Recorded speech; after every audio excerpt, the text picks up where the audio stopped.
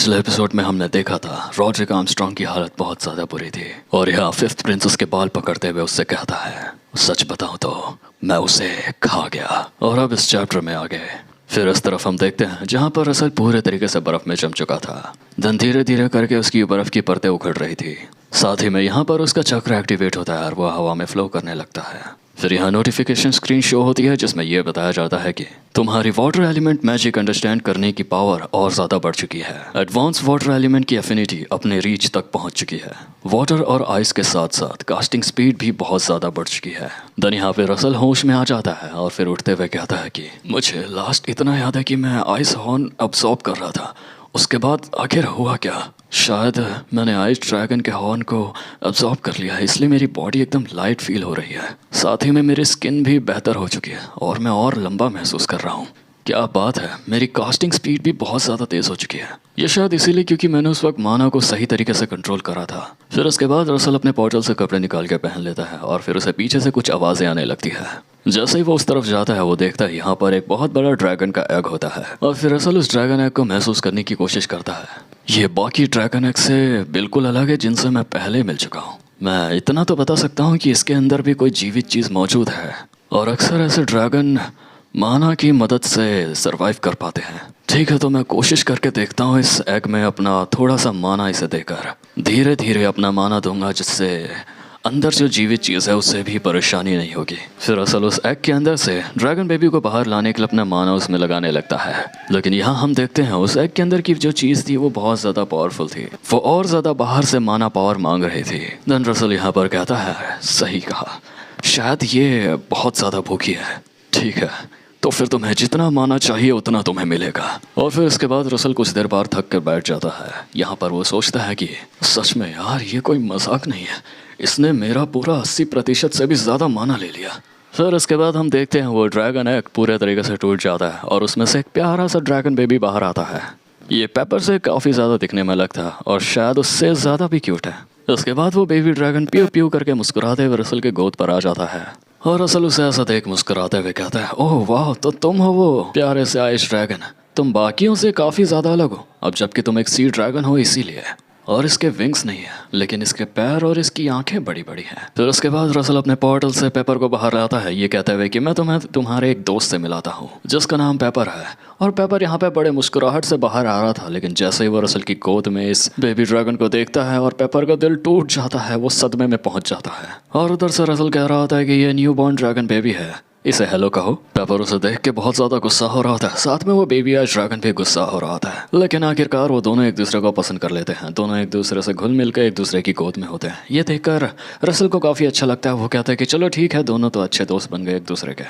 फिर paper Russell से grow करके उसका नाम पूछता है, जिसमें रसल जवाब देते हुए कहता है कि अभी तो मैंने इसका नाम सोचा नहीं है, सोचना पड़ेगा कि आखिर क्या नाम रखा जा सकता है। इसे मैं आइस ड्रैगन तो नहीं बुला सकता। अब जब ये आइस ड्रैगन है तो कैसा रहेगा अगर इसका नाम मैं बिंग बिंग या कोल्ड किंग या जॉन शो ऐसा कुछ रखो तो। और ऐसा नाम सुन के वो दोनों के दोनों बहुत ज़्यादा गुस्सा हो रहे होते हैं। फिर फाइनली रसल उसका नाम शेरबेट रखता है और यह सुनकर शायद उस ड्रैगन को भी अच्छा लगता है। इस नाम में वो दोनों ही खुश हो जाते हैं। फिर उसके बाद वो शेरबेट उसकी गोद में आ जाता है और रसल उसे देखते हुए सोच रहा होता है कि लेकिन अब मुझे इस छोटी सी चीज़ का आखिर करना क्या चाहिए। इसे मैं अपने साथ तो लेकर जा सकता हूँ, लेकिन इसे वॉर में अपने साथ रखना शायद सही नहीं होगा। फिर वो बेबी ड्रैगन शेरबेट रसल के हाथों में काट लेता है। फिर तभी यहाँ पर स्क्रीन शो होती है जिसमें यह बताया जाता है कि इन्फेंट आइस ड्रैगन शेरबेट जो कि अब फ्रॉस्टिफिकेशन का इस्तेमाल कर सकता है। रसल भी कंफ्यूज होता है कि ये फ्रॉस्टिफिकेशन क्या है, लेकिन जब वो देखता है कि वो शेरबेट इस फ्रॉस्टिफिकेशन की मदद से उसके हाथों में ब्रेसलेट का रूप ले लेता है, तब जाकर उसे फ्रॉस्टिफिकेशन का मतलब समझ आता है। और दोबारा से यहाँ पर स्क्रीन शो होती है और यहाँ वही सब दोबारा से बताया जाता है कि तुम्हारी ये वाली पावर काफ़ी इंक्रीज हो चुकी है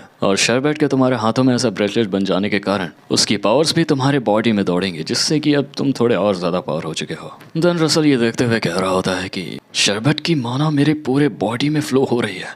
मैं जानता था ये ड्रैगन काफ़ी ज़्यादा अलग होते हैं, लेकिन मुझे इस एबिलिटी के बारे में अंदाज़ा तक नहीं था। फिर रसल शेरबेट से कहता है कि शेरबेट क्या तुम किसी और चीज़ में भी ट्रांसफॉर्म हो सकते हो, जैसे कि कोई पावरफुल स्पेयर या फिर कोई और चीज़। फिर वो शेरबेट रसल के हाथों से निकलकर एक पावरफुल स्पेयर में तब्दील हो जाता है, जिसे देखते हुए रसल कहता है, अरे वाह, तुम तो सच में ही एक स्पेयर में तब्दील हो गए, कमाल हो यार तुम तो। लेकिन वहाँ हम देखते हैं शेरबेट की आंखों में नमी दिख रही होती है, जिसमें पेपर रसल को ये बताता है कि वो भी छोटा है और इतने सारे फॉर्म्स कैसे ले सकता है। पेपर का ये बताता ही रसल को समझ आता है कि अरे हाँ यार, मैं भी क्या कर रहा हूँ, तुम अभी अभी पैदा हुए हो और मैं तुम्हें इतने हार्डली पुश कर रहा हूँ। जिसके बाद फिर रसल शेरबेट को उसके नॉर्मल फॉर्म में आ जाने के लिए कहता है। यहाँ शेरबेट उसकी गोद में आ जाता है। उसके बाद रसल मन ही मन सोच रहा था, मैंने यहाँ पर आइस ड्रैगन के हॉर्न को ऑब्जर्व करा और एक जीवित ड्रैगन से भी मिला।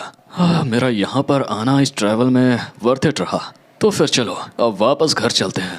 फिर उसके बाद रसल लौटते हुए एंडीमैन के बॉर्डर के पास ही नादिया डेजर्ट से गुजर रहा होता है। अब जबकि एक डेजर्ट था तो यहाँ पर काफी गर्मी थी, जिससे कि वो शेरबेट को कहता है कि यहाँ पर काफी गर्मी है, बस तुम थोड़ी देर और बर्दाश्त कर लो, फिर हम पहुंच जाएंगे। देन फिर तभी रसल सामने की ओर देखता है। वो देखता है कि इतने सारे लोग यहाँ पर आखिर क्यों हैं? क्या यहाँ पे वो लोग इमिग्रेशन एप्लीकेंट्स के लिए हैं या फिर कुछ और ही बात है? वहीं हम इस ओर देखते हैं जहाँ पर वो गाइड सभी लोगों को नॉर्मली गाइड कर रहा होता है। आते जाइए और जल्दी जल्दी चलिए, अभी बहुत लोग बचे हुए हैं। वहीं फिर उस गार्ड के सामने से रसल रेमंड आता है, जिसे देखते हुए वो गार्ड कहता है, हे तुम, क्या तुम फ्रोजन लैंड से हो? क्या तुम्हें दिखाई नहीं देता यहाँ पर सभी के सभी लाइन में लगे हुए हैं? पीछे जाकर लाइन में लगो।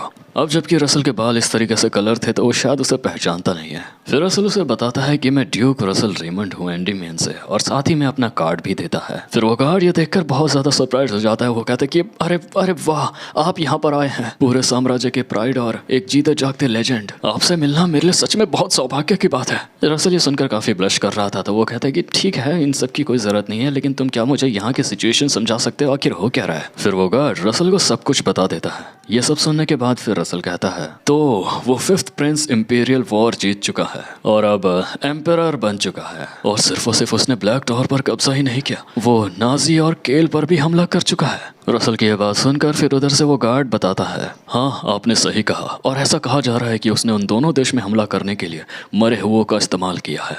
वहीं रसल ये सब बात सुनकर सोचता है, मुझे इतना तो पता था कि हाई रैंकिंग के इंपीरियल्स ही होंगे इन कल्टिस्ट के पीछे, लेकिन मुझे इस बात का अंदाजा नहीं था कि वो फिफ्थ प्रिंस ही होंगे जो इनसे हाथ मिला चुके होंगे। फिर रसल उस गार्ड से कहता है कि तो फिर एंडीमैन इस सिचुएशन में क्या कर रहा है?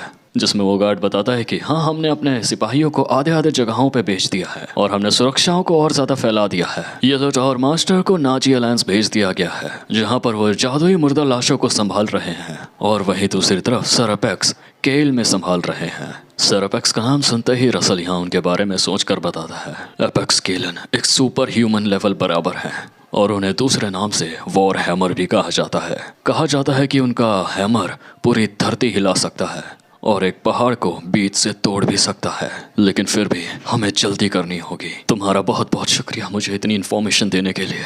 और ऐसा कहकर रसल वहां से बहुत तेजी से निकल जाता है। फिर यहाँ हमें एंडीमैन का सीन दिखाया जाता है, जहाँ पर मिस डायरी रसल को ये बता रहे थे कि व्हाइट टावर मास्टर जो कि सामने की ओर तैनात है और हेमिंगवे दूसरे सैलाब की तैयारी कर रहे हैं, और इन लोगों ने कैपिटल का पूरा डिफेंस मुझ पर अकेले छोड़ दिया है। वहीं उधर से रसल कहता है कि माफ करना, मुझे इतनी क्रिटिकल सिचुएशन में भी यहाँ से जाना पड़ा। फिर मिस डायरी कहती है, हाँ मैं तुम्हें सुनाने के लिए तैयार थी अगर तुम वहां से खाली हाथ आते तो, लेकिन देखकर तुम्हें लग रहा है तुम्हें जो चीज चाहिए थी वो तुम्हें मिल गई है। जब तुम यहाँ से गए थे तो तुम मिड 7th सर्कल में थे, और अब तुम्हें देखकर ये पता लग रहा है कि तुमने 7th सर्कल को मास्टर लेवल पर रीच कर लिया है। वहीं फिर रसल जवाब देते हुए कहता है, हाँ शायद मैं काफी लकी था, इसीलिए मैं आखिरकार ड्रैगन देव राजा और परलोक के उद्धारकर्ता के वंशज पैदा हुआ था। मिस डारिया फिर कहती हैं, कुछ भी मत कहो, बेहतरीन गुणवत्ता वाला स्टील भी अगर बिना देखभाल के छोड़ दिया जाए तो वो कबाड़ में बदल जाता है। अब तुम्हारे पास जो ताकत है वह बिना प्रयास के कोई हासिल नहीं कर सकता। फिर मिस डारिया रसल को सॉफ्टली पकड़ते हुए कहती है, कोई कुछ भी कहे, तुम फ्लेम टावर यानी कि मेरे शिष्य हो। तुम्हारे पास जितनी अधिक शक्ति होगी उसे संभालने के लिए तुम्हारी आत्मा को उतना ही मजबूत होना पड़ेगा। देन इसके बाद मिस डारिया रसल को ले जाती है अपने साथ, ये कहते हुए, चलो मेरे बच्चे, इस शहर को तुम्हारी ताकत की जरूरत है। और फिर रसल जैसे ही एंडीमैन के इस हॉल में एंट्री लेता है, उसे आसपास के वातावरण से कुछ अजीब महसूस होता है। वो कहता है, यहाँ का वातावरण काफी ज्यादा भारी है, जरूर कुछ बहुत बुरा हुआ है, और एकांतवास में होने के बावजूद महामहिम स्वयं आगे आए। क्या युद्ध क्षेत्र से कोई बुरी खबर आई है? फिर हिज मैजेस्टी बताते हैं कि कील से एक मैसेंजर कुछ क्षण पहले पहुंचा है। इंपीरियल आर्मी ने कील में 17 मानव पत्थर की खदानों पर कब्जा कर लिया है और सर एपेक्स, जिन्हें कील की सहायता के लिए भेजा गया था, वो इंपीरियल्स के वो सुपर ह्यूमंस जो अनडेड आर्मी को लीड कर रहे थे, उनसे हार गए। हाँ, हमारे सर एपेक्स वहां पराजित हो गए। और यह बात सुनकर रसल और मिस्टारिया और बाकी सभी बहुत बुरे तरीके से शॉक्ड हो जाते हैं।